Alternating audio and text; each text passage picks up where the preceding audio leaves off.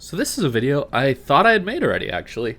The Christoforo Colombo review, finally. I've played enough games in this ship that I feel like I've got a pretty good handle on how it plays, and I really like this ship. I think this is one of the most fun and consistent tier 10 battleships in the game. And a lot of that has to do with the gimmicks of this ship, I'll be honest.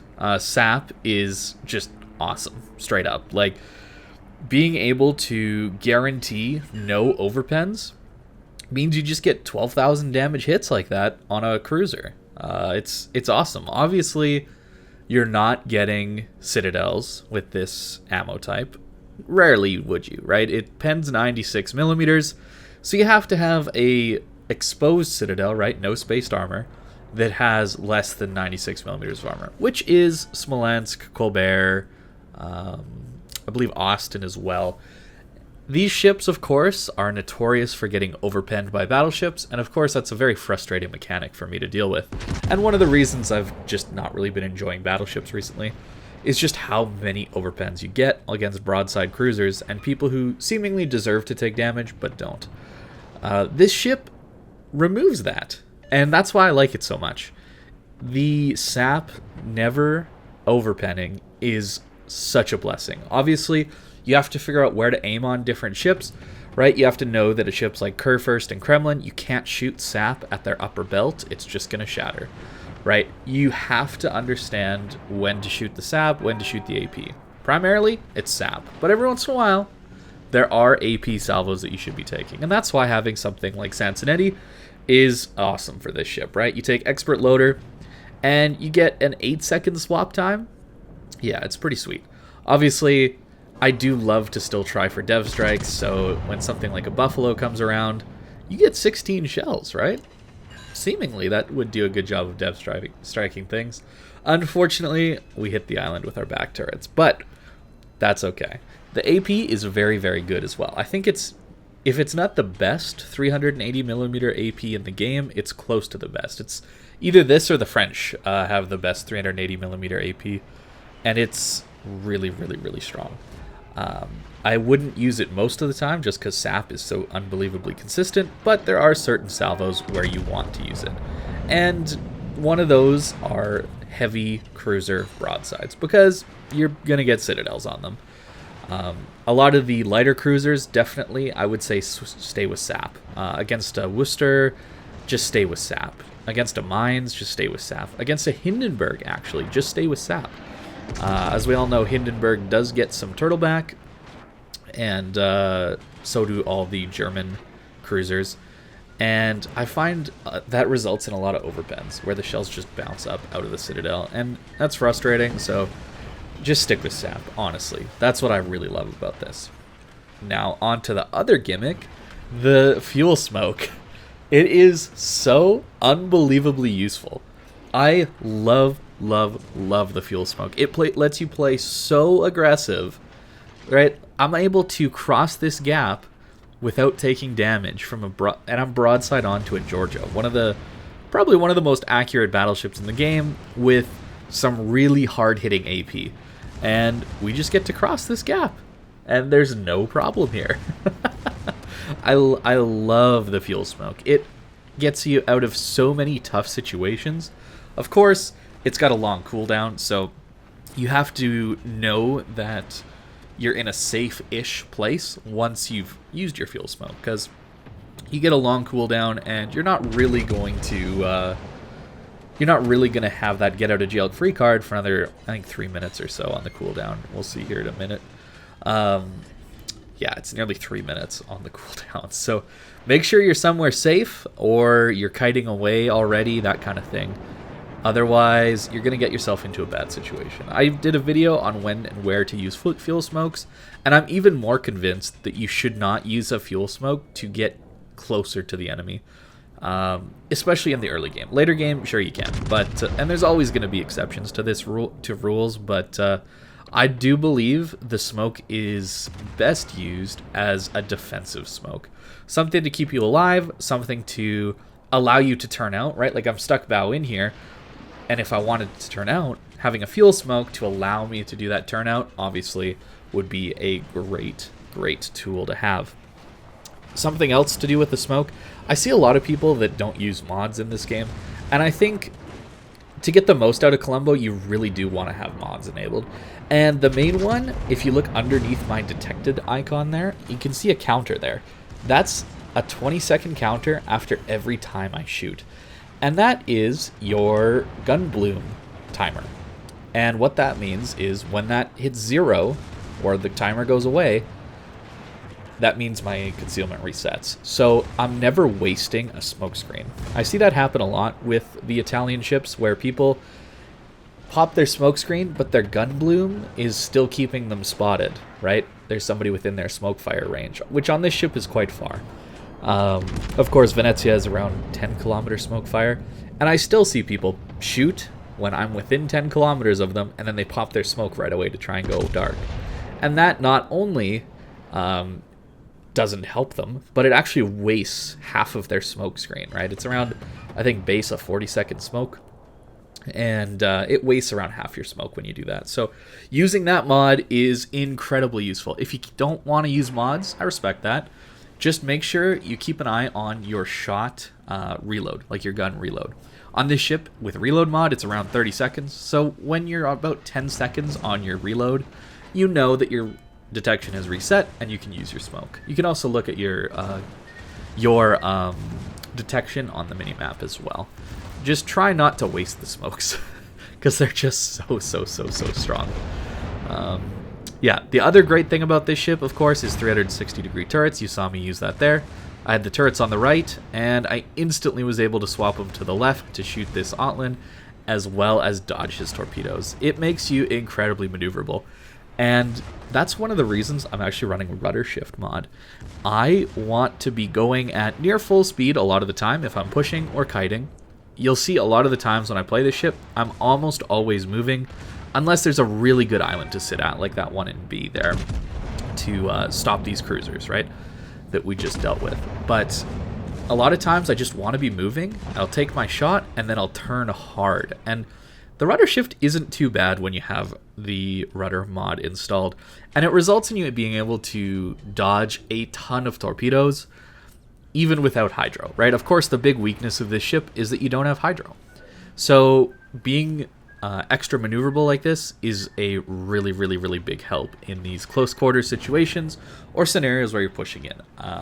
It is a relatively tanky battleship, but of course you have low HP.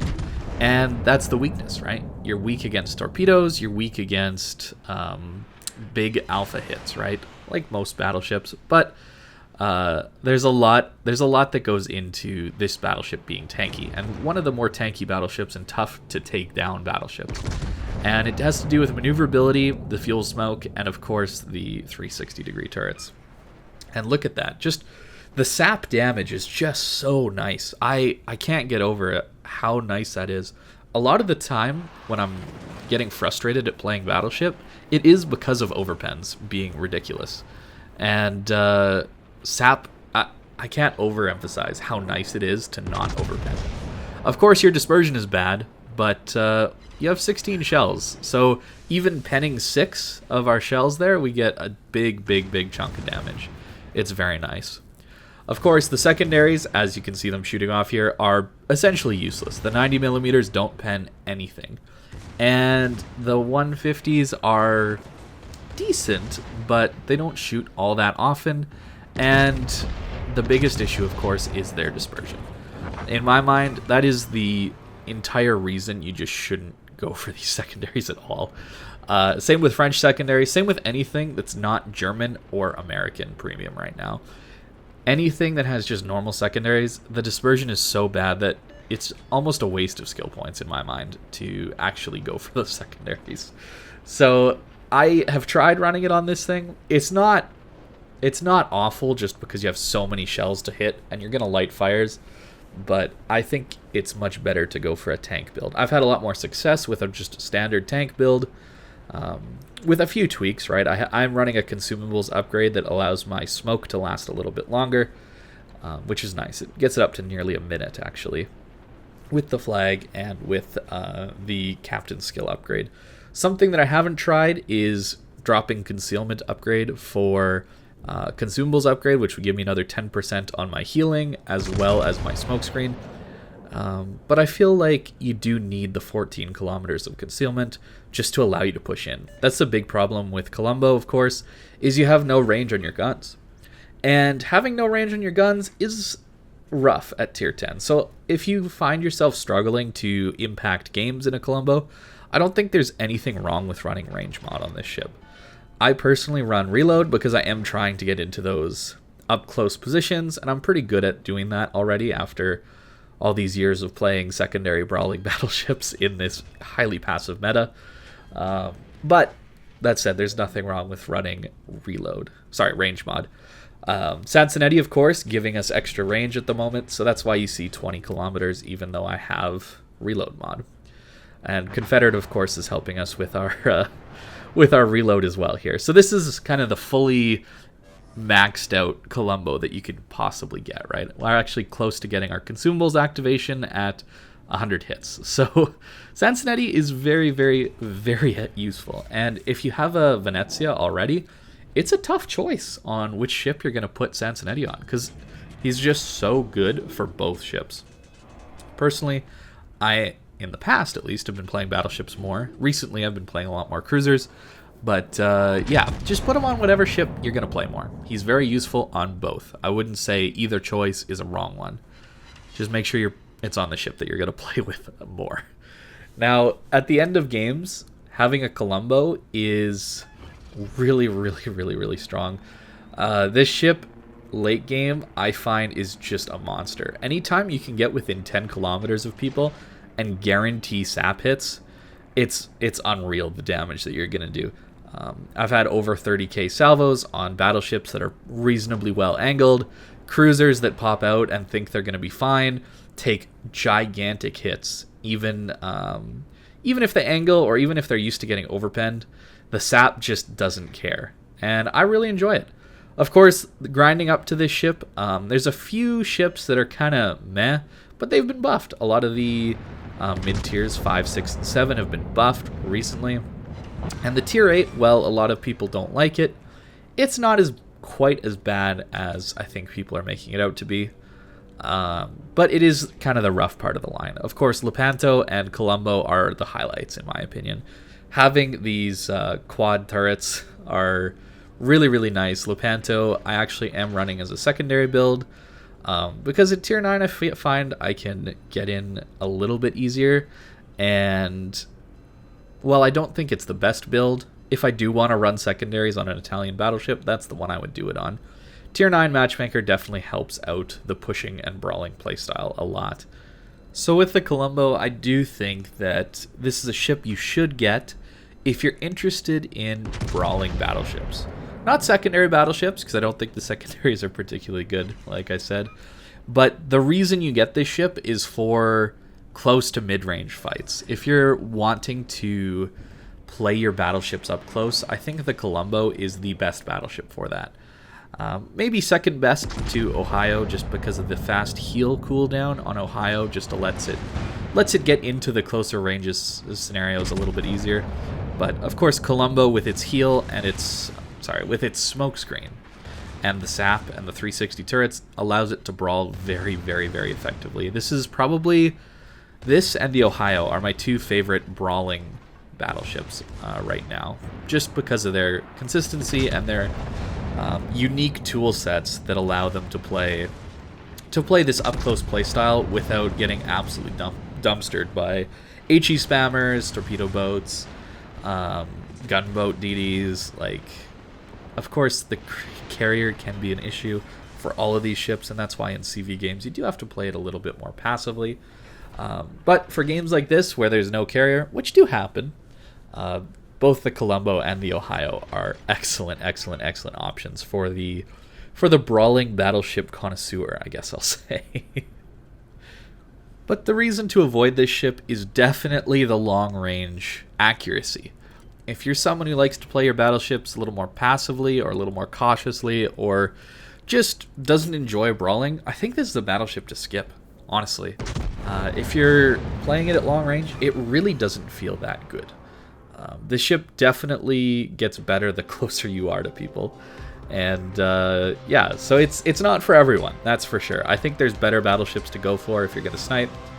Like Yamato is an excellent choice for that kind of thing. But this ship, definitely go for it if you're interested in the more brawly, close in your face playstyle. It does a really good job of it. So one of the weaknesses of the Colombo that I actually didn't get to talk about yet was the armor. And it looks amazing when you take a look at it in port. Of course, 50mm deck, 70mm upper belt. It looks great, right? You get a icebreaker, so you're not really getting Citadel overmatched by Yamatos. It looks great. And a decent armor belt with some spaced armor behind it. The one issue, of course, is with this turtleback. You can see it's actually only 25mm back here. And that gets overmatched by every single battleship that you fight. So your turtleback basically doesn't exist. And that means that, yes, it's an underwater Citadel, which is hard to hit at close range. At close range, you're pretty much Citadel safe, I would say. Unless you do a really big turn lifting this up, you're pretty much Citadel safe. But from longer ranges, when the plunging fire comes in, you're fairly vulnerable to Citadels, I would say. Anything that hits this little slope here, it's actually going to overmatch into your Citadel. The deck won't get overmatched, but this little portion definitely will. And I've experienced some pretty painful hits from that. Of course, the way the armor works, you only have 375 to go through, and then that little 25mm portion. If you miss that, of course, if you go a little lower, 50mm, which gives you some decent armor, right? You're up to 425 spaced armor, which is pretty good for a tier 10 battleship, but this weak point here definitely results in Citadels at long range, so just something to be aware of. You do want to be angled, especially at long range. That's where you're going to be eating the most Citadels, if you eat Citadels at all in this ship. To the captain that I'm running, it's, I think, pretty standard for this ship. Running fire prevention, concealment, and of course emergency repair expert, getting all the 3 main battleship skills. I don't think secondaries are worth going for right now, especially on this ship. They're barely worth going for on something like an Ohio. And in fact, on my Ohio right now, I believe I actually don't have a secondary build. Yeah, I'm only taking range. That's how useless I find secondaries these days, that even Ohio I'm not running that. Tanking damage and not dying is just way more important. Adrenaline Rush, of course, the next skill that I'm going to take is the basics of survivability. These are the 2 battleship skills I think you should be taking on basically all your battleships. This is, I think, what every battleship commander should look like, except for a few, but this is the standard build in my mind. A lot of diversity coming out of the captain rework, which is always nice to see. Consumables enhancements, 10% extra smoke time. I don't find I need any of these other ones, but I just wanted the extra smoke time because I think that consumable is so valuable. But something else you could take is Vigilance to get that extra torpedo warning, giving you an easier time dodging torps. Maybe priority target if you like knowing how many people are shooting at you. Or even turret traverse would be a good option for this ship. I just find that with the 360 rear turrets, my turrets are always on target anyway, for the most part, so it's not that big a deal. And gun feeder, I think, is very important. You have to take this, in my opinion. You have to take this, just because you do want to be swapping ammo types quite a lot with this ship, just because of how good sap and armor piercing are on this ship. Taking a look at consumables, running spotting aircraft. If you run into a lot of CVs, you could take fighter to help you out with that. That's one of the main weaknesses, of course, is the 4.6 kilometer range of the AA. Basically means that your flak buffs do nothing because it's only got a kilometer to activate, and by the time it starts activating and the delay happens, the planes are already through that kilometer window, and no flak really comes out. So you're very vulnerable to CVs. So if you run into CVs a lot, I can see running range mod and fighter. That can definitely work. I know fighter is a bit of a meme consumable for people, but once you learn how to use it, it actually does do its job quite well, I've found. Yeah, concealment, rudder shift. I think any of these can be very useful depending on your playstyle. I just like the rudder right now. I think you have to take aiming systems, maybe turret traverse, or I think you have to take aiming systems with how bad the accuracy is. Damage control system. I'm actually running damage control party mod 1. I'm trying to get the most activation time out of these consumables as possible, which makes me think maybe I should run ship consumable mod. But the main issue with that is the difference between your concealment and your gun range. I think what makes a ship very comfortable to use is having a large gap between the detection range and your maximum gun range. Less comfortable ships are ships that have that difference between the detection range and your gun range is very small. I think that makes a ship very uncomfortable to use. Ships like Kaba with full gun build come to mind, right? 10 kilometer concealment, 13.5 kilometer range. That's not the most comfortable thing to use, right? Same with Colombo, 14 kilometer detection, 19 kilometer range. It's not as comfortable as some of the other tier 10 battleships, like, well, Orgone, for example, 14.6 and 24.8. That's a longer distance, makes the ship more comfortable to use in more games. So I can definitely see running range mod to make the ship a little more comfortable to play. But that's the Colombo. I really like this ship. If you're a brawler, I think you'll like this ship as well. You just have to learn how to use that smoke effectively, and I'm sure you guys will get onto it after a few games. It's not that difficult of a ship to play. I think it's a lot of fun. So that's the review. It's a great ship. I hope you enjoyed, and thank you very much for watching. I hope you have a great day.